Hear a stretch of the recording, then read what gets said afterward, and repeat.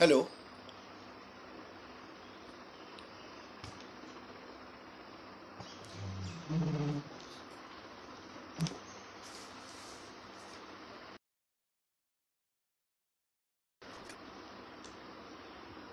Hello.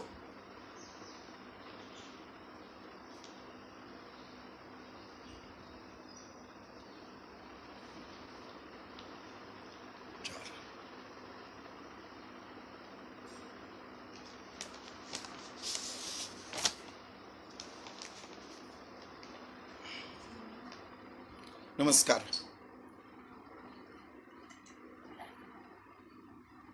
Hello. हां.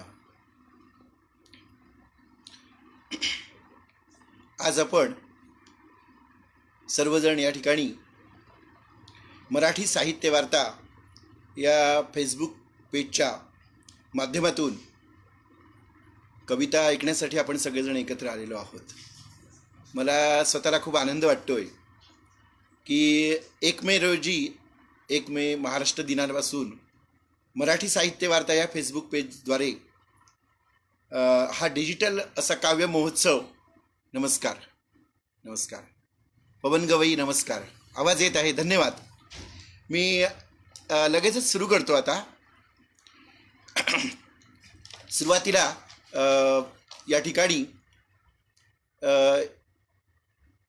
एक उपचार म्हणून नव्हे तर एक मनापासून आपणा सर्व या गटाचे मी मनापासून या ठिकाणी आभार मानतो. अशासाठी धन्यवाद मॅडम.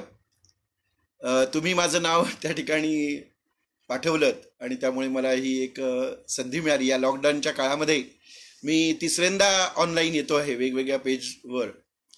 तर या पार्श्वभूमीवर मराठी साहित्य वार्ता या फेसबुक पेजद्वारे हा जो डिजिटल काव्य महोत्सव घेतलेला आहे, महाराष्ट्राचा डिजिटल महाजलसा, आपला माणूस, आपली चर्चा, कविता आणि इतर गप्पा, असं त्याचे विविध पैलू असे आहेत. आणि यासाठी आमचे मित्र अमरदीप वानखडे यांनी माझ्याशी गेली 8-10 दिवस संपर्क साधला होता. त्यांनी मला असं म्हटलं की सर, तुम्ही तुमच्या मालवणी कविता विशेषतः सादर करा, असा त्यांनी मला आग्रह धरला होता. पण त्याचबरोबर नंतरही मला समजलं की या माध्यमातून आपण 1 मे पासून वैशालीताई मोहिते असतील पुण्याच्या, किंवा पवन गवई अकोल्याचे, चव्हाण सर किंवा कालिका बापट आणि प्रज्ञा वझे ह्या आमच्या गोव्याकडच्या आहेत, ह्या सगळेजण या ठिकाणी त्यांच्या सहकार्यातनं हा उपक्रम सुरू झालेला आहे. मी आता सुरू करतोच आहे. आता तुम्ही माझ्या कविता सगळेजण ऐकायला या ठिकाणी आलेला आहात, तर मला थोडंसं प्रस्तावना करावी लागेल. तर काय आहे की मी माझ्या बालपणापासून लोकगीतं ऐकत आलेलो आहे.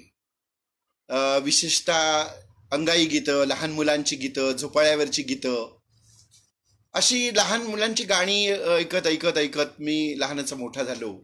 आणि महाविद्यालयामध्ये येत आल्यावर मला कविवर्य वसंत सावंत, आपणा सर्वांना माहिती असेल की वसंत सावंत एक मोठे कवी होते. प्रवास वर्णन या विषयावर त्यांनी आपली PhD केलेली होती. आणि कविवर्य वसंत सावंत हे आम्हाला सावंतवाडीच्या पंचम खेमराज महाविद्यालयामध्ये शिकवायला होते. आणि वाटेमध्ये येत असताना संत सोयरोबानाथ यांचा जो आत्मसाक्षात्कार झालेला होता, अंतरीचा ज्ञानदिवा मालवू नको रे, हरिभजना विन काळ घालवू नको रे, असं म्हणणारे संत सोयरोबानाथ आंबिये यांचं दर्शन घेऊन इन्सुरीच्या घाटातून आम्ही सावंतवाडीला यायचो आणि वर्गात बसायचो. आणि मग काय, सावंत सर आपल्या कविता सांगत, सह्याद्रीच्या दऱ्याखोरातून दुर्गत फिरणारा कलंदर बैल, आणि मग त्यांच्या त्या कविता सुरू व्हायच्या, किंवा तळ्यावरच्या कविता सुरू व्हायच्या, सुपारी नारळा पोपळीवर किंवा आंब्यावर कविता व्हायच्या. सर आम्हाला जेव्हा सह्याद्री म्हणायचे, आम्ही सह्याद्रीच्या डोंगर रांगा खिडकीतून बघायचो.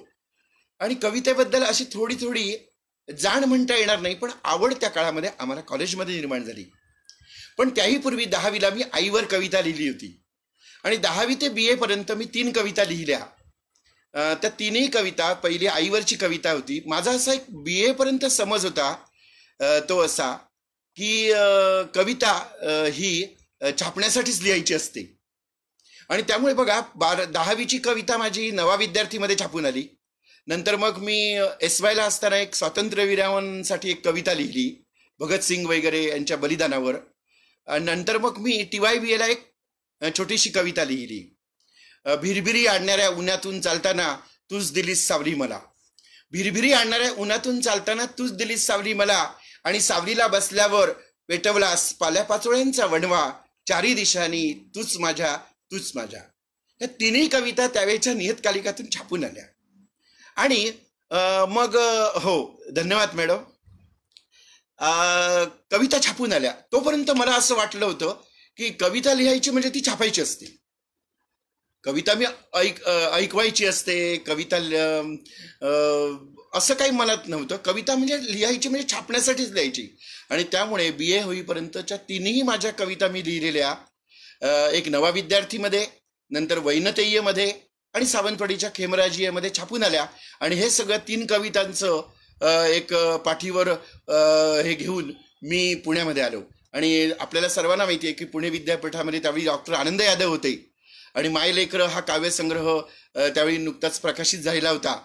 तर मायलेकर ऐकून आणि सरांच्या तोंडून कवितेबद्दल ऐकून मलाही वाटायला लागलं कविता लिहाव्या, आणि मी कविता लिहायला लागलो. आपल्याला सर्वांना माहिती असेल की मी शिरूरच्या चांदमल ताराचंद बोरा महाविद्यालयामध्ये मराठीचा विभाग प्रमुख म्हणून काम पाहतो. आणि आमच्या कॉलेजमध्ये दरवर्षी कवी आणि कवयित्री येत असतात, वेगवेगळ्या प्रकारच्या, संपूर्ण महाराष्ट्रातनं. याचं कारण असं की मी मराठी बोली साहित्य संघ नागपूरचं उपाध्यक्ष म्हणून काम पाहतो. आणि त्यामुळे गडचिरोलीपासून, धुळ्यापासून, सिंधुदुर्गपासून, अगदी उस्मानाबादपासून सगळ्या लोकांना आम्ही बोलवलेलं आहे, विठ्ठल वाघांपासून.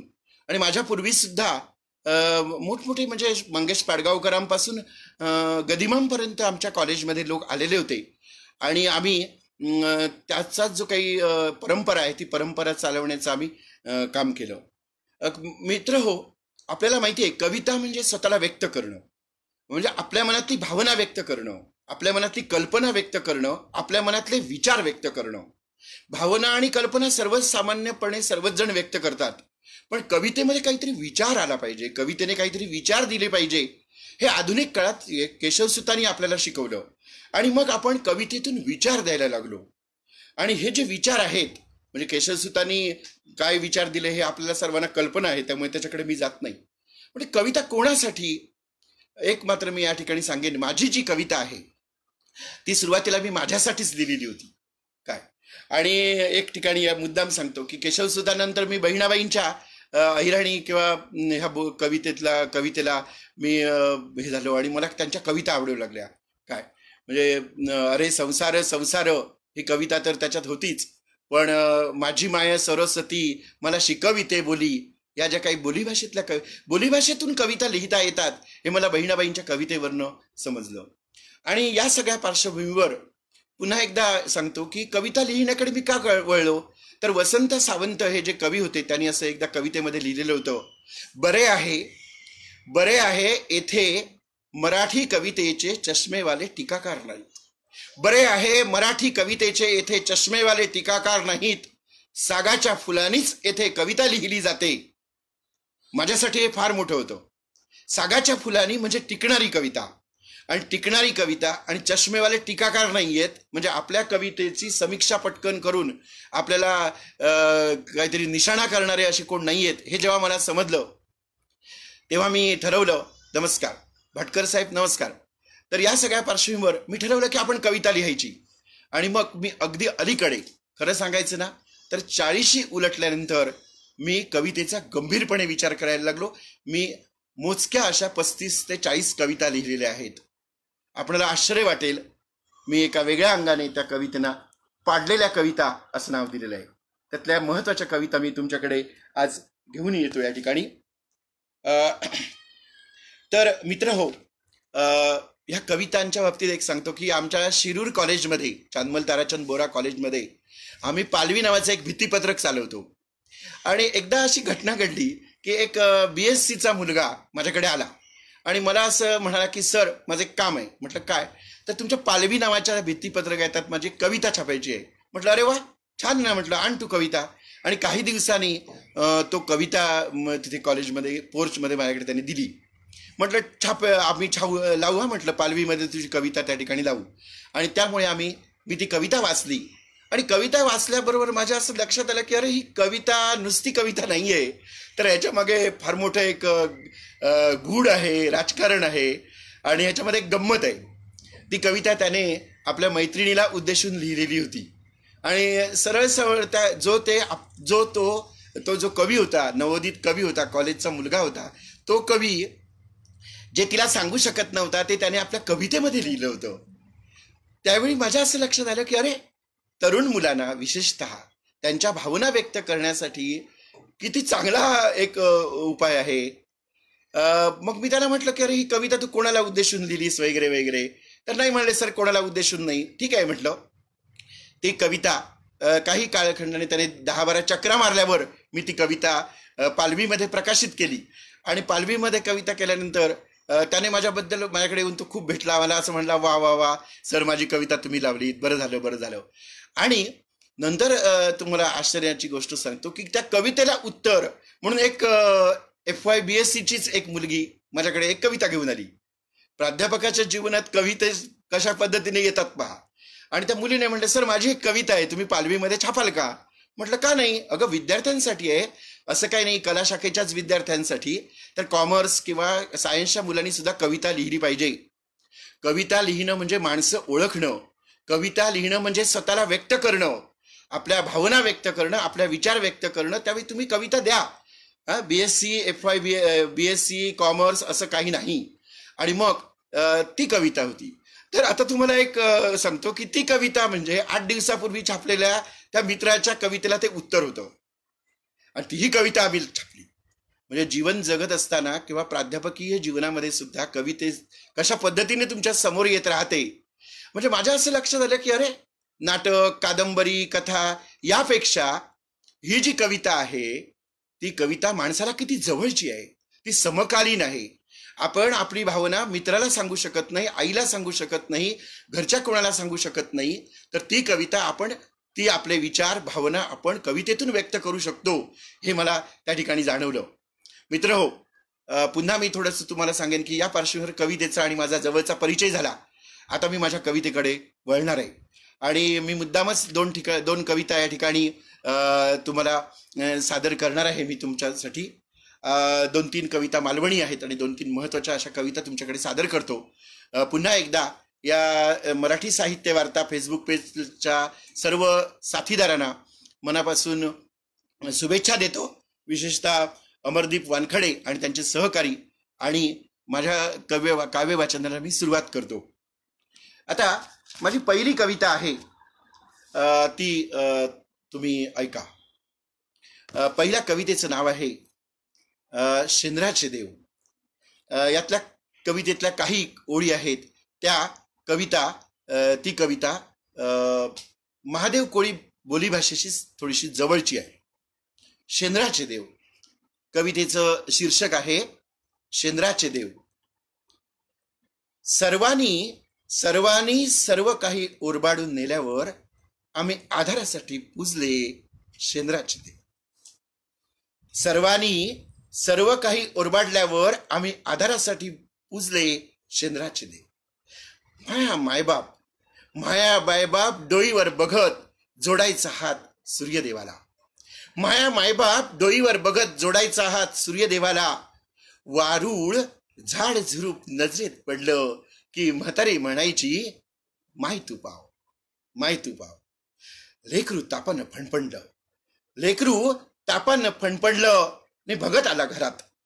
लेकरू तापानं फणफणलं नि भगत आला घरात. त्याने पूजला एक दगूड आणि झाला शेंद्राचा देव. लेकरू तापानं फणफणलं आणि भगत आला घरात. त्याने पूजला एक दगूड आणि झाला शेंद्राचा देव. बरं आहे त्या बिचाऱ्याला नाय आकार नाय रंगरूप. कोणचा दगड आणा आणि उभा करा शेंदूर फासा. झाला शेंद्राचा देव. आता शेंद्राचे देव आपण बघतो रस्त्याच्या कडेला पण असतात, दऱ्याखोऱ्यात असतात, दुर्गम ठिकाणी असतात. त्यांना कुठे मंदिर असतं. असं एक मंदिर मी भीमाशंकरच्या घाटामध्ये बघितलं आणि त्यावेळी मला ही कविता सुचली. कोणचा भी दगुडाना उभा करा, शेंदूर फासा झाला शेंद्राचा देव. मग त्याच्याच भरवशावर जिंदगी काढायची, मग त्याच्याच भरवशावर जिंदगी काढायची. शेंद्राचा देव, शेंद्राचा देव असो असो आपला कसाबी, शेंद्राचा देव असो आपला कसाबी. त्याला नाही लागत थंडी बिंडी, त्याला नाही लागत थंडी बिंडी, नाही लागत ऊन पाऊस, त्याने नाही लागत सपार, तेल नाही लागत सपार. नको दै डाक कळस, नको धुपारती घंटा, आणि कोणचं बी फूल आणा चालतं शेंद्राच्या देवाला, कोणचं बी फूल आणा चालतं शेंद्राच्या देवाला.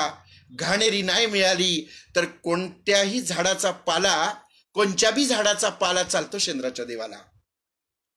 नसला चिमूटभर भंडारा, नसला चिमूटभर भंडारा, काजळ किंवा कुकू लावा.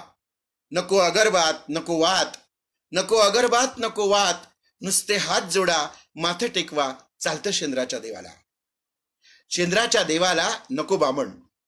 बघा कसं आहे ते, शेंद्राच्या देवाला नको बामण, नको भगत, नको दक्षिणा, नको प्रदक्षिणा, नको दक्षिणा, आणि आरत सुद्धा नको शेंद्राच्या देवाला. त्याला एकटं गाठून, त्याला एकटं गाठून बोंब ठोकता येते एखाद्याच्या नावानं, त्याला एकटं गाठून बोंब ठेकता येते एखाद्याच्या नावानं. नि आपल्यातलीच पिता पिता शिंपडली त्याच्यावर तर चालते शेंद्राच्या देवाला.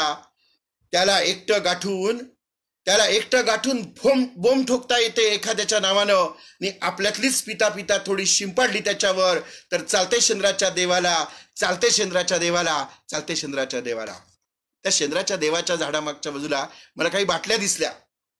अरे म्हटलं हे काय, तर माझ्या बरोबरचा माझा मित्र म्हणाला की अहो काय नाही, हे चालतं इथे, याचा पण नैवेद्य दाखवतात. बघा किती जीवन वेगळ्या पद्धतीचं आहे. आणि हे मी माझ्या शेंद्राच्या देव हे कवितेमध्ये केलं. आता आपण ज्याची वाट बघता आहात, तर सशाचे कान ही माझी एक कविता, मला वाटतं शशिकांत कांबळींच्या स्वरामध्ये आपण सर्वांनी ती ऐकली असाल आणि सर्वत्र गाजलेली अशी कविता आहे. तर सशाचे कान म्हणजे ससा हा प्राणी नव्हे. आमच्याकडे एक झाड असतं आणि त्या झाडाला एक पांढरं फूल फुलतं, एक लाल फूल फुलतं आणि पांढरं पान असतं त्याला. तर ते पान अगदी सशाच्या पांढऱ्या फेक रंगासारखं असतं आणि म्हणून त्याला सशाचे कान म्हणतात. आणि ते सशाचे कान स्त्रियांनी माळू नये असा एक संकेत आहे. ते गणपतीला माटवीला बांधतात. असं जे सशाचे कान आहेत ते सशाचे कान. आणि ते सशाचे कान एक मुलगा आपल्या 4थी मधल्या मैत्रिणीला देतो आणि पुढे काय होतं तिच्या आयुष्याचं हे त्या कवितेमध्ये लिहिलेलं आहे. सशाचे कान ही कविता मालवणी आहे, आपण समजून घेऊ.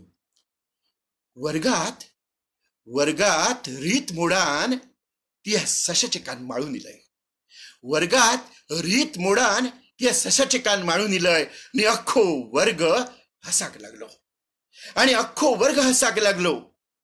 वाटेत वळणार गाठल्यान, वाटेत वळणार गाठल्यान म्हणाला, तरी तुका मी सांगे होतय असली पाना मांडत नाही, तरी तुका मी सांगे होतय असली पाना मांडत नाही.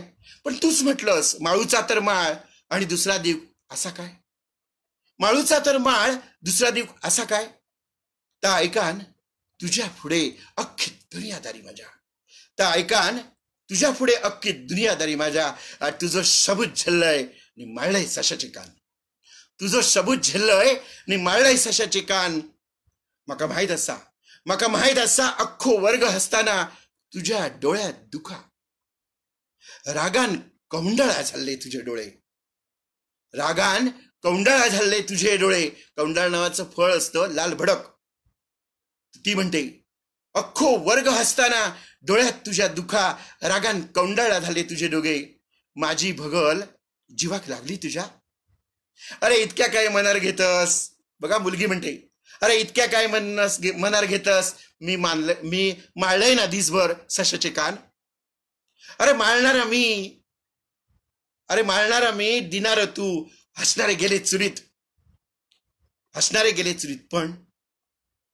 पण शेवटाक मुंबईन घात केलो, शेवटाक मुंबईन घात केलो. मी माथ्यात माळलेले तुझे कान तू विसरलंय मुंबईच्या दुनियेत. मुंबई गेली काय माणसा पाठला सगळा विसरतात नाही रे. मुंबई गेली काय माणसा पाटला सगळा विसरतात नाही रे. ह्या समजाक 10 वर्षा गेली. ह्या समजाक 10 वर्षा गेली. कशी असता रे ती मुंबई. पुढच्या जन्मात तुझ्या वांगडा जमला तर बघूची असा म्हाका. पुढच्या जन्मात तुझ्या वांगडा जमला तर बघूची असा म्हाका. तुझी तुझी दर वर्षा वाट बघणा माझी वाट लावून गेली. आता तर किती वर्षा झाली नाही रे ते का. आता तर किती वर्षा झाली नाही रे ते का. भुरगी भुरगी म्हणजे मुलं भुरगी सुद्धा झाली असतीत ना रे तुका. वाटा बघा वाटा कशी दिसता आमची घरकारीण. वाटा कशी दिसता आमची घरकारीण. ता तरी एकदा डोळे भरून बघूचा. पण आताशा हडगीभर कपडे घेऊन धूक जाते व्हाळाक. आताशा हडगीभर कपडे घेऊन धूळ जाते व्हाळाक. तेव्हा रस्तोभर सशाचे कानत दिसतात माका. हळदवणी पिटकुला फुल असता बिनवासाचा एकटाच माझ्या सारा. नजरे समोर तूच दिसतस दिसभर दुखा गाळणारो. त्यांका बघताना फुलने सशाचे कान दोघही माझ्या माथ्याकडे बघतात. तेका बघताना फुलनी सशाचे कान दोघही माझ्या माथ्याकडे बघतात. ससो कासवाची गजाल ऐकताना चुकलंय म्हणून अख्खो वर्ग हसता माका. निमी निमी तू दिलेल्या सशाच्या कानाकडे फक्त बघित रवतय. फक्त बघित रवतय. फक्त बघित रवतय रे खुळ्यासारख्या. घरात कधी शिरताई समजणार नाही माका. घरात कधी शिरताई समजणार नाही माका माझ्या भिरकेत. आमचे हे म्हणतात हे म्हणजे नवरा. आमचे हे म्हणतात हसत हसत गो गो खुळ्यासारख्या सशाचे कान कान माविलय. कारण ते मारत नाहीत ना. गो खुळ्यासारख्या सशाचे कान मानून कसे इलय. पण तेव्हाच तेव्हाच तू माझं अख्खो ससो झालेलो असतस. आमच्या शर्यतीत ससोच जिंकलो ना रे. आमच्या शर्यतीत ससोच जिंकलो ना रे. आणि घरच्या उकिरड्यावर माझा झालेला कासव. आणि घरच्या उकिरड्यावर माझा झालेला कासव. आमच्या गजालीत ससोच जिंकलो ना रे. आणि मगे तर सवयच लागली. आणि मगे तर सवयच लागली आपणा घरावून घेऊची. आपणा घरावून घेऊची. आपणा हरक घेऊची. डोळ्यावरची झापड गेली. डोळ्यावरची झापड गेली. आणि अख्खो वर्गच हसताना कानात घुमलो माझ्या. अख्खो वर्गच हसताना कानात घुमलो माझ्या. कानात घुमलो माझ्या. तर अशा पद्धतीने सशाचे कान माळणारी ती तिचं ते अनोखं प्रेम या पद्धतीने सशाचे कान ही कविता आपण सादर केली. यानंतर मी शिरूरला राहतो आणि साहजिकच आहे शिरूरच्या बोलीभाषेचा मला धन्यवाद धन्यवाद धन्यवाद. शिरूरच्या बोलीभाषेत मी बोलणार नाही तर काय करणार. जिथे आपली कर्मभूमी आहे काय. आमच्या बोरा महाविद्यालयामध्ये सगळे विद्यार्थी बोलीच भाषा बोलतात आणि आम्ही त्यांना प्रोत्साहन देतो. बोला तुम्ही बोलीभाषा असं काही नाही. हा तर या सगळ्या पार्श्वभूमीवर मी एक कविता लिहिलेली होती. अर्थात काही प्रवृत्तींवर. आजकाल काय झालंय उठसूट कोणीही कविता करतोय. करू दे. स्वतः सर्वांनी व्यक्त झालंच पाहिजे. परंतु तरी सुद्धा एका टप्प्यामध्ये आपण काय कवितेत मांडायचं हे समजलं पाहिजे. तर एका मुलाने आपल्या आई वडिलांच्या संदर्भात कविता आणली आणि मला ते थोडस आतून लागलं की सुश्रुत माझा मुलगा सध्या रशियाला असतो. स्मोलेन्स्क मेडिकल कॉलेजच्या शेवटच्या वर्षामध्ये आहे आणि तो सुद्धा कविता ऐकतो आहे. खरं तर मी एका वेगळ्या मानसिकतेतून जात आहे. रशियामध्ये सुद्धा कोरोनाचे जे हे आहेत ते वाढतायत आणि अशा पार्श्वभूमीवर तो त्या ठिकाणी तिथे आहे आणि त्याला तिथे आम्ही खूप मिस करतो आहोत. इथे बसून रोज म्हणजे क्षणाक्षणाला आठवण येते आणि अशा कविता या पार्श्वभूमीवर त्यानेही तिथून कविता तो ऐकतोय. तर त्याचे मित्रही तिथे रशियामध्ये बसून ऐकतायत. मॉस्को जवळ ते राहतात. तर ही जी कविता आहे ती कविता थोडीशी अंतर्मुख करणारी आहे. कवींनी माफी मागतो मी सुरुवातीला. या कवितेमध्ये थोडस जर काही कोणाच्या भावना दुखवल्या तर कृपया गैरसमज करू नका. ही कविता का लिहिली हे नंतर तुम्हाला मी वाटल्यास मी ती शेअर करू शकेन. कविता कवींची माफी मागून माझी कविता पाडलेली कविता. माझ्या ही शिरूरची बोली आहे. माझ्या पोराच्या लिहिण्याला सरकारी बक्षीस गावलं. माझ्या पोराच्या लिहिण्याला सरकारी बक्षीस गावलं. बापा संग त्याच्या मी मोहरले दिसभर, मोहरले दिसभर. रातभर स्वप्नामध्ये सपान, रातभर स्वप्नामध्ये सपान, माझ्या डोळ्यानं पाहिलं स्वर्ग पोरग सुटाबुटात माझं तेजीवर चढलेलं. साहेबाच्या हातानं त्याला मिळाला सोनेरी किताब, साहेबाच्या हातानं त्याला मिळाला सोनेरी किताब. दुसऱ्या दिवशी पेपरात फोटो त्याचा रुबाबात. सपान सत्यामध्ये उतरलं, माझ्या पोराच्या लिण्याला सरकारी बक्षीस गावलं, सरकारी बक्षीस गावलं. सकाळी त्याच्या बापाला म्हणाले, सकाळी त्याच्या बापाला म्हणाले राती टाळ्यावर टाळ्या, सकाळी त्याच्या बापाला म्हणाले राती टाळ्यावर टाळ्या. माझ्या लेकराच्या बोलण्याला जडू ज्ञानात तुकाचा वसा. बाप त्याचा युगी, बाप त्याचा उगुयुगी सैर बहिर झालेला. धोतरात तोंड लपविता दिसभर म्या पाहिला, धोतरात तोंड लपविता दिसभर म्या पाहिला. राती जेवता जेवता रडू लागला बनता. मालकाला रडताना मी पहिल्यांदा पाहिला, मालकाला रडताना मी पहिल्यांदा पाहिला. डोळे पुशीत पुशीत म्हणाला राती कवितेत पोरग लेकरू तुझं. डोळे पुशीत पुशीत म्हणाला राती कवितेत पोरग लेकरू तुझं. तुझं माझं ग बोलला.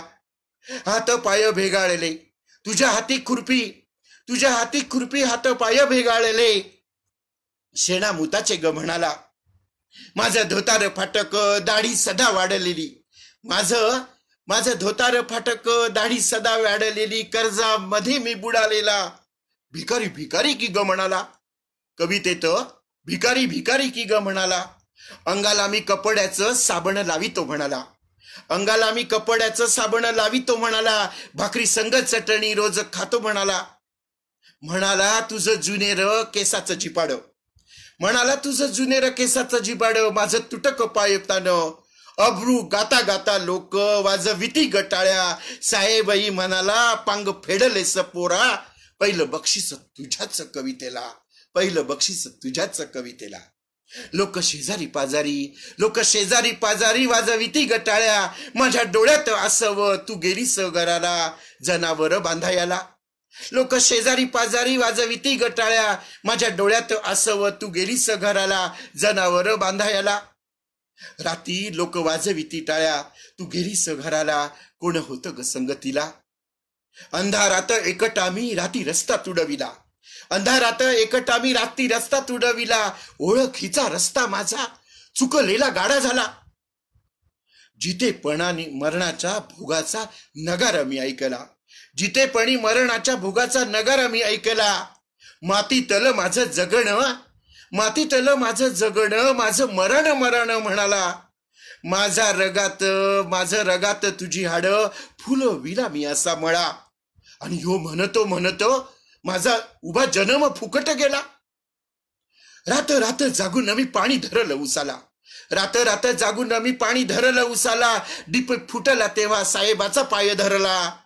पट्टीसाठी यार्डात जागलो मी रातभर, तेव्हा ह्याच्या खाली आली होती हिरो होंडा. रातभर यार्डात पट्टीसाठी जागलो मी रातभर, तेव्हा ह्याच्या खाली आली होती हिरो होंडा. तुझी कोथंबीर मेथी, तुझी कोथंबीर मेथी, अंडी कोंबडी बकरी. मैतरांच्या पार्टीला स्वप्न डोळ्यात ठेवून आम्ही सजविला ह्याला. आध पोट ठेवून काली जात पाठविला. आणि ह्याच्या चळवळीचं शानपान तुझ्या माझ्या जगण्याला नागव करून की ग गेला. ह्याच्यासाठी खाल्ल्या कसता. तो बाप काय म्हणतो बघा, तो बाप शेवटी म्हणतो, शेवटी तो बाप आहे म्हणणारच तो. त्याच्यात ती भावना आहे ते व्यक्त करतो तो. ह्याच्यासाठी खाल्ल्या खस्ता कविता त्याची ह्याने केली. याच्यासाठी खाल्ल्या खस्ता कविता त्याची याने केली. तुझ्या माझ्या जगण्याचा बाजार की ग मांडला, तुझ्या माझ्या जगण्याचा बाजार की ग मांडला. तुझ्या माझ्या कविताची कविता भडव्यानं केली, तुझ्या माझ्या जगण्याची कविता टिंबटिंबने केली. तुला मला रस्त्यावर उभी की ग केली, तुला मला रस्त्यावर उभी की ग केली, तुला मला रस्त्यावर उभी की ग केली. एका विद्यार्थ्याने आणलेल्या कवितेवरनं मला अशी कविता लिहावीसारखी वाटली. ही कविता आणि या कवितेवर अनेकांनी लिहिलेलं आहे. या कवितेकडनं आता मी तुम्हाला एकदा 4थीच्या वर्गात घेऊन जातो. तुम्ही आम्ही सगळेजण शिकलेले आहोत, बहुतेक सगळेजण ऐकणारे. आपण चौथी इयत्तेमध्ये होतो, आठवा. वेगवेगळे खेळ खेळायचो आपण. ते खेळ आता गेले. चौथीची मुलं सुद्धा आता क्रिकेट खेळतात. पण त्या काळी कोकणामध्ये अचीपचीचा म्हणजे दगडांचा खेळ होता. दगड टाकायचे आणि खेळायचे, मुलं मुली एकत्र खेळायच्या. तर यातली रडीचा डाव नावाची एक मालवणी कविता तुमच्या समोर घेऊन येत आहे. पुन्हा एकदा सर्व मराठी साहित्य वार्ता फेसबुक पेजला डिजिटल काव्य महोत्सवामध्ये सर्वांचं स्वागत. आपण मला संधी दिलीत. मी शक्यतो कुठे कविता वाचायला जात नाही बरं का. मी माझ्या कविता बंदिस्त करून ठेवल्या होत्या. इलाही जमादार आणि काही एक 10-15 वाचक माझे वाचक होते आणि ते कविता वाचत होते. इलाही जमादारनी तर माझ्या कवितेच्या शीर्षकाला नाव ठेवलं. ते असं मला म्हणाले की ह्या सर पाडलेल्या कविता नाहीयेत, ह्या पाडलेल्या नाहीत कविता, ह्या कविता तुमच्या अंतःकरणातून कविता आलेल्या आहेत. मी कधीतरी अस्वस्थ होतो त्याच वेळी कविता लिहितो. कोरोनावर मी कविता, पण ती कविता वेगळ्या प्रकारची आहे. तर आपण चौथीमध्ये जाऊया. तुम्ही सगळेजण चौथीमध्ये होता. आठवा बरं तिला. मी आठवली आणि कदाचित तुम्ही सुद्धा आठवाल. मी या चौथीत होतोय तेव्हाची गजाल. गजाल म्हणजे गोष्ट. मी या चौथीत होतोय तेव्हाची गजाल. खेळाच्या तासाक शाळेपाटल्या कुंडग्यात आमचो अख्खो वर्ग जमायचो. अचिपचिकचो खेळ खेळायचो. मी या चौथीत होतोय तेव्हाची गजाल. खेळाच्या तासाक शाळेपाटल्या कुंडग्यात आमचो वर्ग अख्खो अचिपचीचो खेळ खेळायचो. 1, 2, 3, 4 गुंडे म्हणजे दगड मी सहज झेलायचो. पण पाचीच्या पाची गुंडे कधीच जमले नाही झेलूक. पण पाचीच्या पाची गुंडे झेलना कधीच जमला नाही. इल्ल्या दिसा मी हरलेलो रडणारो. एक दिस बघा आता, एक दिस आमच्या वर्गातल्या तेका समजला.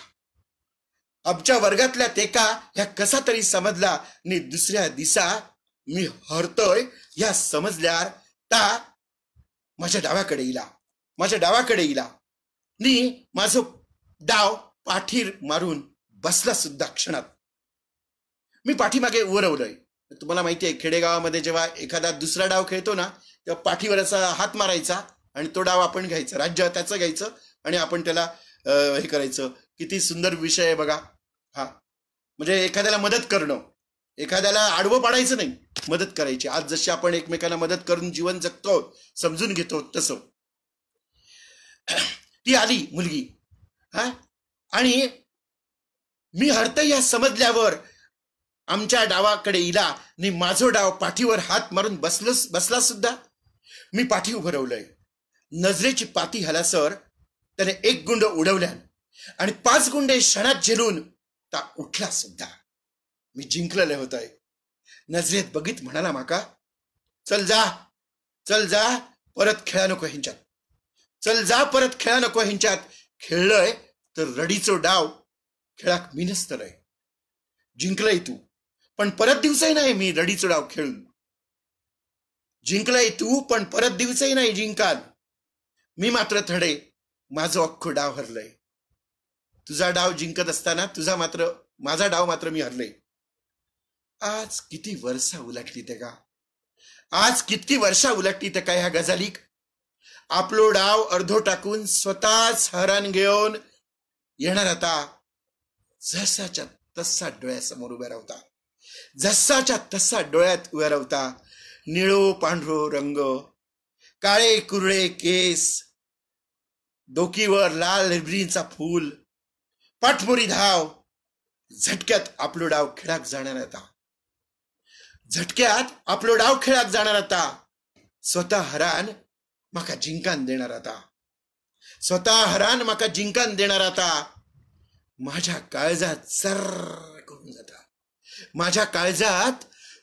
करून जाता. मी आयुष्यात एकदाच जिंकलोय. कवी म्हणतो, मी आयुष्यात एकदाच जिंकलोय. तो ह्यो असो आणि मी एकदाच हरलोय. तो ह्यो असो. बाकी सगळे डाव रडीचे. आपण सगळेजण जे जगतो आहोत ते रडीचे डाव जगतो आहोत. खरे जीवनातले खेळ आपल्याला किती आले हे ज्याने त्याने प्रत्येकाने पाहायचं. धन्यवाद. आपण आपण आता एका वेगळ्या कवितेकडे वळूया. ही कविता धन्यवाद. धन्यवाद. एक बाबासाहेबांच्या जीवनावरची एक कविता आहे आणि माझे सहकारी मित्र डॉक्टर राजाभाऊ भैलुमे यांनी या कवितेची समीक्षा केलेली आहे. काय धनंजय मंडलिक, नमस्कार. आमच्या शिरूर कॉलेजचे माजी सहकारी हे सुद्धा कविता पुण्याहून ऐकत आहेत. अनेक लोक, शशिकांत कांबळी, माझ्या कविता खरं म्हणजे तुमच्या आवाजात असल्यामुळे ह्या पोचल्या. आमच्या विद्यार्थिनी एमफिलची सुवर्णा आणि वैशालीताई मोहिते. सर, मॅडम वैशालीताई, तुम्ही खरं तर अमरदीपची आणि माझी ओळख करून दिलीत, नाहीतर मी काही इतकी मजल मारली नसती. कारण मी आपला शिरूरला बसून माझी कविता लिहितो आणि माझी कविता मी जगत असतो. काय कधीतरी तिला वाचक मिळेल, कधीतरी ते ऐकेल, अशा भरवशावर होतो. पण आज तुमच्या या माध्यमातून महाराष्ट्रामध्ये हा जो डिजिटल महाजलसा चालू आहे, त्यात माझ्या थोड्याशा काही कविता आणि काही ऐकण्याची संधी आपल्याला मिळाली.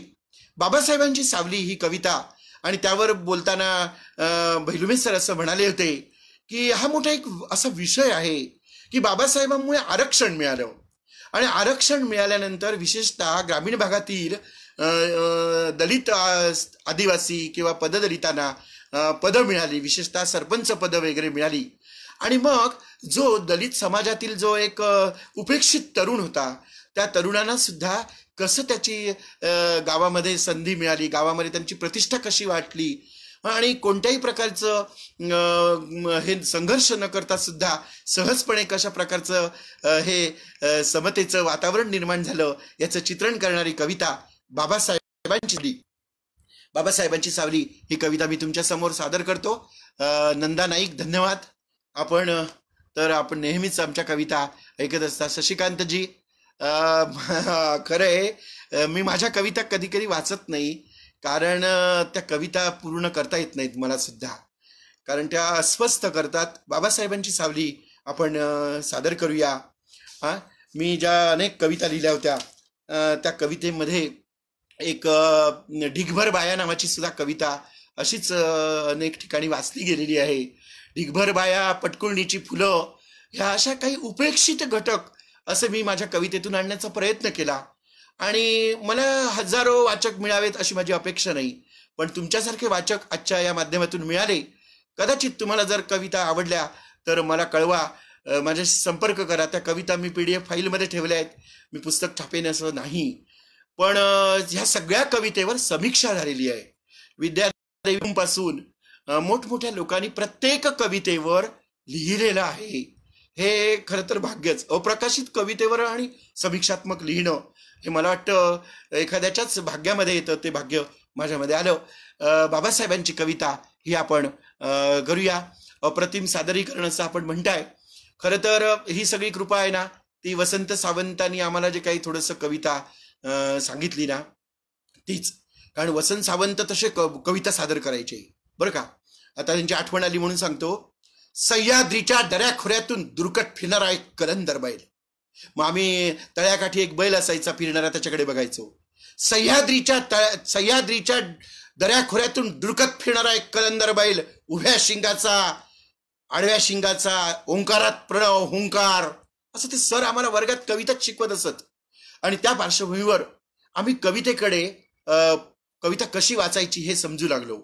सह्याद्री म्हटलं की आम्ही सह्याद्रीकडे बघायचो, बैल म्हटलं की आम्ही बैलाकडे बघायचो. आणि त्यामुळे कवितेमध्ये प्रतिमा असतात हे आम्हाला कॉलेजमध्ये समजलं. प्रत्येक शिक्षकाचं मराठीचं काम आहे की विद्यार्थ्यांना कविता लिहायच्या असतील तर प्रतिमा उभ्या केल्या पाहिजेत. आणि म्हणून आता आपण बाबासाहेबांच्या कवितेकडे जाऊया. नटरंग कविता म्हणायला वेळ असेल तर नक्की म्हणू.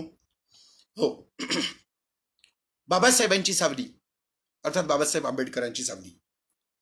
बाबासाहेब आज नाहीत, पण त्यांचे विचार हीच त्यांची सावली आहे. आणि त्या सावलीत बसल्यावर आपल्याला काय होतं ते बघू आपण. कविता मालवणीत आहे. असो मी कसो, असो मी कसो, असो मी कसो खुळो जसो, माका बापाशीन जन्माक घातलो तरी कसो. मी एक चिल्लर माणूस म्हणा माका तुम्ही आपलो शेणा मुतातलो किडो. कोणी येवचा आणि आमची आई बहीण काढायची. कोणी येवचा आणि आमची आई बहीण काढायची. कोणी येवचा आणि माझ्या बोचार शिरटी मारायची. शेजारचा बायल माणूस त्याच्या पोराचा किरम्या म्हणजे शेंबूड. शेजारचा बायल माणूस त्याच्या पोराचा किरम्या काढूक सांगता माका आणि कुल्यार घालूक गरम पाणी हाड म्हणता माका. असो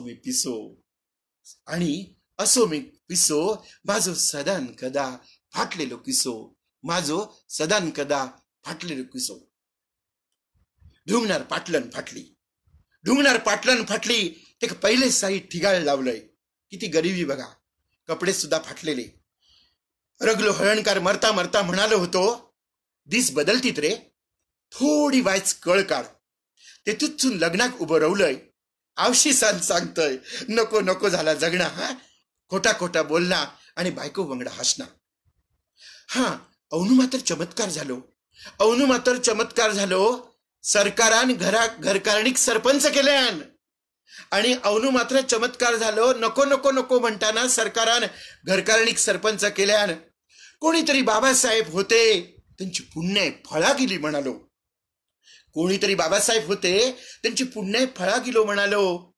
आता मी बाबासाहेबार भाषण करतोय. समतेर बोलतोय. बुद्धाची गजाल सांगतोय. बुद्ध कसा निघाला घर सोडून आणि त्याने कसं प्रज्ञा घेतली.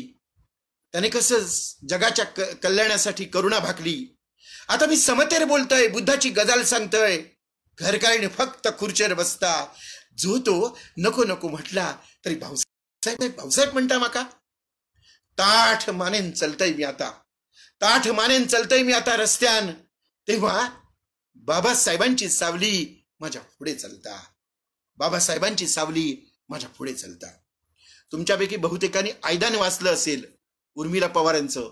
आता संदर्भ बघा. तेव्हा बाबासाहेबांची सावली माझ्या पुढे चलता. ढोरा फोडूची कामा आम्ही आता कधीच सोडली. ढोलय आता बडवणो नाय. वाडी मागणा केव्हाच सोडला. आयदाना अवनूच बंद केली. भाऊसाहेब म्हणणारे. भाऊसाहेब म्हणतात माका. सॉरी, आय बहीण काढणारे. आयदाना अवनूच बंद केली.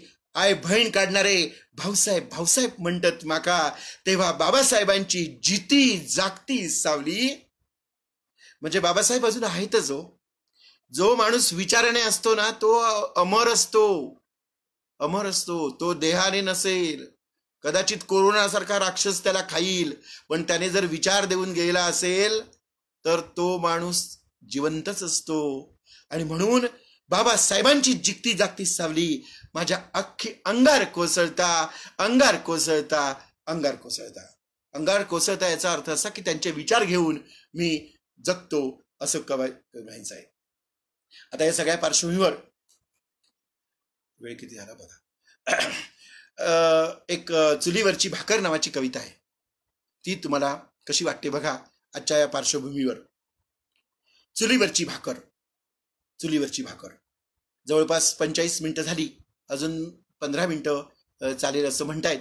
त्यामुळे मी धन्यवाद वैभव आणि अश्विनी कुलकर्णी. बाबासाहेबांनी काय दिलं ह्याचे अप्रतिम चित्रण आहे. खरं आहे, बाबासाहेबांनी खूप दिलेलं आहे आणि बाबासाहेबांनी सर्व समाजाला दिलेलं आहे हे आता लोकांना समजायला लागलं. त्याचीही अनेक कारणं आहेत बरं का. सगळ्यांनाच दिलेलं आहे बाबासाहेबांनी आणि म्हणून ती आतून आलेली कविता आहे. तर फुग्याची पाती तुम्ही शशिकांत कांबळींच्या आवाजात ऐकली असाल. काय आपली फुगा न विकत घेता मी कविता लिहिलेली आहे. फुगा आपल्या विकत न घेता ती मुलगी, दलित समाजातली ती मुलगी त्या फुग्याच्या ऐवजी पाती घेते. पाती म्हणजे हार घेते देवीसाठी आणि तो देवीसाठी हार घेते. तो देऊ शकत नाही असे त्या कवितेचा आशय. तर त्यानंतर आपण चुलीवरची भाकरीकडे वळूया. हे बघा, कुठेतरी सोलापूर रोडला मी एक बोर्ड वाचला की येथे चुलीवरची भाकर मिळेल. म्हटलं अरे चुलीवरची भाकर, भाकर चुलीवरच करतात. तर नाही, तिथे स्पेशालिटी होती की चुलीवरची भाकर. बघा, ऐका. कविता जरा थोडी दीर्घ आहे, पण ऐकू आपण. धन्यवाद. धन्यवाद सर. ऋषिकेश आडाव, आमचा विद्यार्थी समीर आबनावे, धन्यवाद. चुलीवरची भाकर. तुमच्या आमच्यापेक्षा आमचे वडील परिपूर्ण जीवन जगले होते, आणि त्याच्यापेक्षाही त्यांचे वडील. ही साखळी मागे ओढत गेलो नि कुळनी मूळ पुरुष भेटला, आणि तो तर ऋषी मुनींच्या सहवासात जीवन कंठत होता. कंद गोळा करत होता, मुळं खणत होता, समिधा काढत होत्या, आणि यज्ञात आहुती देताना अथो तो ब्रह्म जिज्ञासा असं म्हणत होता. आता एक मिनिट. यज्ञात आहुती देत होता, अथो तो ब्रह्म जिज्ञासा म्हणत होता. आणि आता आपण आणि आपली मुलं स्वयंपाकघरात देवघर शिरलं. बघा, कोणाकोणाला लागू होतं बघा. स्वयंपाकघरात देवघर शिरलं आणि बाल्कनीत तुळशी वृंदावन आलं. काजळा मागून काळीच माया गेली. त्यातच भर हळद कुंकाची कुरी कुठेतरी गळपटली. आजीची सांगशी तिच्या मागून हरवली. आजोबांची काठी आणि चंची, अडकित्ता लाकडी मुठीची छत्री केव्हाच दिसेनाशी झाली. पाट पाणी गेलं, बहुताची पिठाची रांगोळी गेली. पाळणे, फुगड्या, माजघरे ओस पडली. पंक्ती सोबत वाढणारे आणि पंक्ती झोडणारी माणसेही गेली. आता लग्नातही बघा, पंक्ती बसतात, पण कोण येतो आणि कोण जातो, कोण काय खातो हे कोणाला समजतच नाही. पूर्वी तसं नव्हतं. पंक्ती सोबत वाढणारे आणि पंक्ती झोडणारी माणसेही गेली. पागोट गेलो. आमचे माजी प्राचार्य नंदकुमार निकम सर नेहमी सांगत की कारेगावला पूर्वी पागोट घालणारी माणसं दिसायची गप्पा मारत पारावर. आता ते दिसत नाही. मला वाटतं आणखी 25-30 वर्षांनी पागोट हा प्रकार सुद्धा हळूहळू कालबाह्य होईल. पागोट गेलं नि पैठण्या रुसल्या, पारावरच्या गोष्टी हवेत विरल्या. चंच्यानी विड्या, हवेतला धूर हवेतच विरला. खळीनी व्हरांडी, खुंट्यानी कोडारी, फडतळातील वस्तू दारुतल्यातील चिला. आता दारुस्त म्हणजे काय? दरवाजाच्या वर जो फट असते ना वस्तू ठेवायला, त्याला दारुस्त म्हणतात. आता दारुस्त विषय गेला. खुंट्यानी कोनाडी, फडतळातील वस्तू, दारुस्त्यातील चिस्ता, सोबत विश्वासाने ठेवायच्या चिजा एक एक हद्दपार झाल्या. एवढं सारं या 1 BHKच्या संसाराने इस्कोट किओ केला. मुसळे गेली, उखळी गेल्या. अक्कानी माई जातीनी त्यांची घरघर हळूहळू ऐकून अशी झाली. चुलीवरची भाकर करपली, तंदूर रोटी पोटात किओ घुसली. पहाटे पहाटे उठून अंगभर झाडणारी आजी ढगाआड गेली. वासुदेवनी पिंगळा, लबाड निघाला कावळा. पांथस्ताच्या धर्मशाळा आणि पायवाटेसह पाणवठे दिसेनासे झाले. कुठे पाणवठे सगळे गेले. रहाटणी काढणी, बैलनी पाट, गुळपाणी सोडाच, तांब्या भांडे दिसेनासे झाले. पाटा बाथरूम मध्ये गेला. बघा, अनेकांच्या बाथरूम मध्ये पाटा गेलाय. पाटा बाथरूम मध्ये गेला आणि वरवंटा मोर्चावर पडला. 1-2 पिढ्यांच्या अंतरात केवढा हा जीवघेडा बदल झाला. एक माणूस म्हणजे एक स्वतःला फसवण्याचं यंत्र किंवा बनला. माणसाला सापडलं आणि तो पुढील पिढ्यांना बर्बाद किंवा करून गेला. बापानं सांभाळलेला काळ्या माईचा तुकडा त्याने घशात किओ घातला. डिपॉझिट, पासपोर्ट, डॉलर आणि व्हिसा, ऑनलाईनच्या डिजिटल दुनियेत तो एटीएम मध्ये गेला. हायवेवरच्या ढाब्यावर जाऊन म्हणाला, हायवेवरच्या ढाब्यावर पिठलं आणि भाकरी, चुलीवरची भाकरी. हायवेवरच्या ढाब्यावर पिठलं आणि चुलीवरची भाकरी. शोधत किओ राहिला. आजच्या समकालीन वास्तवावर लिहिलेली ही कविता. आता या सगळ्या पार्श्वभूमीवर मी एक शेवटची कविता घेतो आणि ती कविता तुम्हाला नक्कीच आवडेल असं मला वाटतं. कविता आहे मर्ढेकरांच्या संदर्भातली. एक मिनिट. तर अशा पद्धतीने आज आपल्याला वेगवेगळ्या माध्यमातून या काही आपण शेंद्राचे देव सशाचे कान अशा कविता वाचलेल्या आहेत. तर या संदर्भामध्ये खरोखरच पुन्हा एकदा या ठिकाणी मी सांगेन की पासून हे सर्व सुरू झालेलं आहे आणि या महाजालामध्ये मला या ठिकाणी कविता वाचण्याची संधी अमरदीप वानखडे, वैशालीताई आणि मराठी साहित्य या फेसबुकच्या लोकांनी मला या ठिकाणी कविता वाचण्याची एक मोठी संधी या ठिकाणी दिली. नटरंग कविता मी वाचावी असं काही लोकांचा आग्रह आहे. तर नटरंग कवितेने मी शेवट करतो. नटरंग कविता ही दशावतारातील एका उपेक्षित कलाकारावर आहे.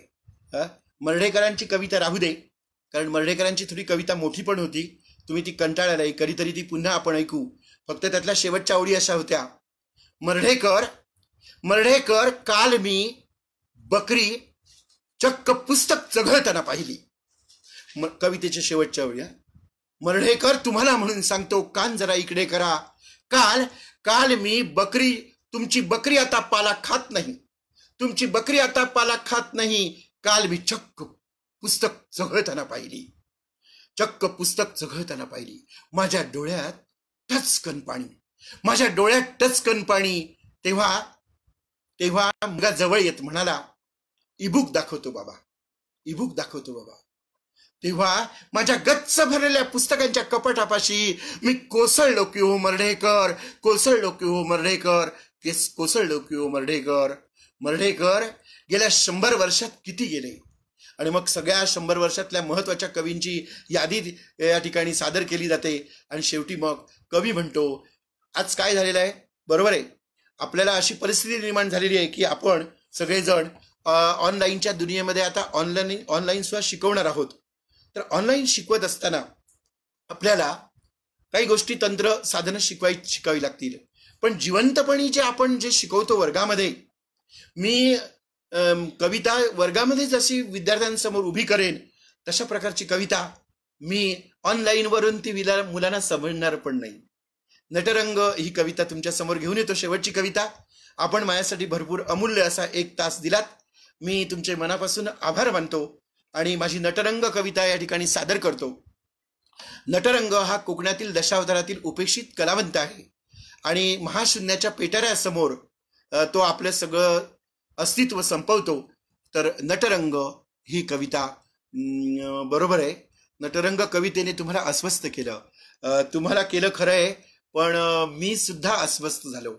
आणि जवळपास 400-500 दशावतार कलावंतांशी मी संबंधित आहे. त्यातले बहुतेक सगळेजण नटरंग वाचून अस्वस्थ झाले. एका उपेक्षित कलावंताची व्यथा नटरंग कवितेतून येते आहे. मराठीमध्ये कविता आहे आणि माझ्या सगळ्या भाऊ बहिणींना या ठिकाणी ती कविता नक्कीच आवडेल. मराठी बोली साहित्य संघ ही नागपूरला हरिश्चंद्र बोरकर यांनी स्थापन केलेली संस्था, त्याचं उपाध्यक्षपद मी शिरूरला बसून सांभाळतो. मराठी बोली साहित्य संघ, मालवणी साहित्य संशोधन केंद्र आणि अशा प्रकारच्या संस्थेमधूनही मी माझं काम करत असतो. धन्यवाद निखिल, धन्यवाद. आपण सगळ्यांनी खूप मोठ्या संख्येने माझ्या कविता इथे ऐकल्यात. नटरंग ही कविता तुमच्या समोर सादर करतो. नटरंग म्हणजे हा जो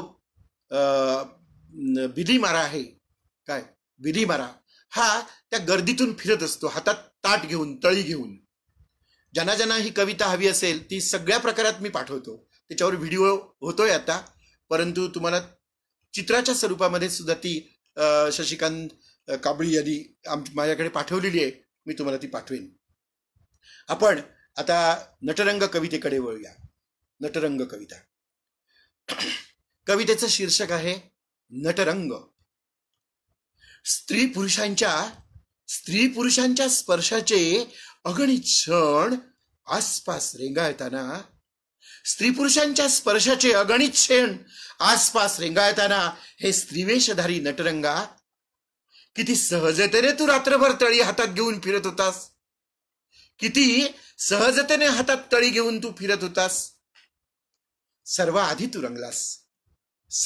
तू रंगलास आणि सर्वात शेवटी तू विसावलास. रात्रभर स्त्री पुरुषांच्या गर्दीतून तू किती सहजतेने फिरलास. रात्रभर स्त्री पुरुषांच्या गर्दीतून तू किती सहजतेने फिरलास. एखादे आडवे झोपलेले लेकरू तसेच ठेवून. उपहास आणि क्रूर थट्टेचे नजर शब्द झेलत पेटत्या निरांजनासह तू बिल्ली गोळा करत होतास. बिल्ली म्हणजे पैसे. गावातले लोक नाटकाला येतात ना, ते पैसे देतात. उपहास आणि क्रूर थट्टेचे नजर शब्द झेलत पेटत्या निरांजनासह तू बिल्ली गोळा करत होतास. पण हे तुझे अभिनय कौशल्य कुणीही पाहिले नाही. पण हे तुझे अभिनय कौशल्य कुणीही पाहिले नाही. मोरमुख कमरेला खोचून तू आधी पर्वाचे नृत्य केलेस. कमरेला खोचून तू आधी पर्वाचे नृत्य केलेस. न नाट्याचे विरोध तत्व शारदा नृत्य करून मांडलेस. तिकडे राजा ओरडत होता, राणी गात होती युद्धाचा थैथयाट आणि संवादाची जुगलबंदी. तिकडे राजा ओरडत होता, राणी गात होती युद्धाचा थैथयाट आणि संवादाची जुगलबंदी. तेथेच तुला पोचायचे होते. तेथेच तुला रिद्धी आणि सिद्धी तूच. कधी रिद्धी कधी सिद्धी तूच. ब्रह्मदेव आणि विष्णू ही तूच. दुसऱ्याची ओझेरी बनलेला तू रात्रभर हातात तळी घेऊन सोंग वटवत होतास. दुसऱ्याचा ओझेरी बनलेला तू रात्रभर हातात तळी घेऊन सोंग वटवत होतास. शेकडो बिल्ल्या तळीत पडताना त्यातली एकही तू कनवटीला खोतली नाहीस. हे काम पुरुष करत असतो, पुरुष नट करत असतो. दशावतारामध्ये सगळे पुरुषच असतात. त्यातली एकही तू कनवटीला खोतली नाहीस. पहाटे करीतरी जडावलेल्या पायानी ती तळी तू सारी महाशून्याच्या पेटाऱ्यासमोर नेऊन ठेवलीस. पहाटे तू ती तळी महाशून्याच्या पेटाऱ्यासमोर नेऊन ठेवलीस. तू मोह आणि माया यांना धिक्कारत बिली मारा म्हणून फिरतच राहिलास. तुला ना कोणी दिले बक्षीस, ना तुझी प्रसिद्धी, ना तुझी एंट्री, ना तुझे एक्झिट. तूच खरा दशावतारातील 11वा अवतार होतास. शेवटी कवी म्हणतो, तू मोह आणि माया यांना धिक्कारत बिली मारा म्हणून फिरतच राहिलास. तुला ना कोणी दिले बक्षीस, ना दिली प्रसिद्धी, तुझी ना एंट्री ना एक्झिट. तूच खरा दशावतारातील 11वा अवतार होतास. तुझे सोंग वठवण्याची संधी मला मिळाली तर मीही तुझ्यासारखाच विसावेन त्या महाशून्याच्या पेटाऱ्यासमोर अगदी सहजच सर्वांसमक्ष कुणालाही न समजता. धन्यवाद. गेले जवळपास 1 तास आपण या ठिकाणी माझ्या कवितेला उत्स्फूर्त अशा प्रकारचा प्रतिसाद दिलात. मी सुरुवातीलाच सांगितलं, मी काही स्टेजवरचा कवी नाही. 1-2 ठिकाणी कविता चुकून वाचल्या, कुणीतरी संधी दिली म्हणून. आपण 1 मेला महाराष्ट्र दिनापासून हा जो मराठी साहित्य वार्ता फेसबुक पेजद्वारे डिजिटल काव्य महोत्सव आयोजित केलेला आहे आणि महाराष्ट्राचा डिजिटल महाजलसा म्हणून याला तुम्ही एक प्रसिद्धी दिलेली आहात. अनेक लोकांना या ठिकाणी बोलवलं. तुमच्या उपक्रमांना मराठी बोली साहित्य संघ आणि आमचं चांदमल ताराचंद बोरा महाविद्यालय, मराठी विभाग, आमचं संपूर्ण महाविद्यालय, आमची संस्था, या सर्वांच्या वतीनं मी आपल्याला सर्वांना धन्यवाद देतो. कवयित्री वैशालीताई मोहिते आणि अमरदीप वानखडे यांनी मला या ठिकाणी आग्रहाने बोलवलं. हो, भावगर्भ कविता आहे, विठ्ठल सोडणवर म्हणतायत. अनेकांनी या ठिकाणी भेट दिली. आणि प्रज्ञा वझे, खरं म्हणजे एखादी गोयची कविता झाली पाहिजे. मी कोकणीतून सुद्धा कविता काही केलेल्या आहेत. तर आपण कालिका बापट, चव्हाण, सर्वजण, पवन गवई या सर्वांचे या ठिकाणी मी, आणि आज ज्यांनी आमच्या कविता ऐकल्या त्या कविता सर्वांचे मी या ठिकाणी, पैठणकर मॅडम तुमचं प्रोत्साहन मला नेहमी असतं. नेमक्या शब्दामध्ये मी या ठिकाणी व्यक्त केलं. तुम्हाला माहिती आहे की माझा नेहमी गोंधळलेला स्वभाव असतो आणि त्या गोंधळलेल्या स्थितीतच मी जीवन जगतो. पण एका जिद्दीनं आणि सर्व मोठी संधी दिलीत. ही संधी एक लाख मोलाची आहे. आपण तर नेहमी भेटत असतो. मला या ठिकाणी मराठी साहित्य वार्ता फेसबुकने बोलवलं, याबद्दल मी तुमचे मनापासून सर्वांचे आभार मानतो. विशेषतः महाराष्ट्रातून सर्वजण लोक आज ऐकत आहेत, त्या सर्वांचे पुन्हा एकदा आभार मानतो आणि तुमची तात्पुरती रजा घेतो. धन्यवाद. देवा काळजी. धन्यवाद.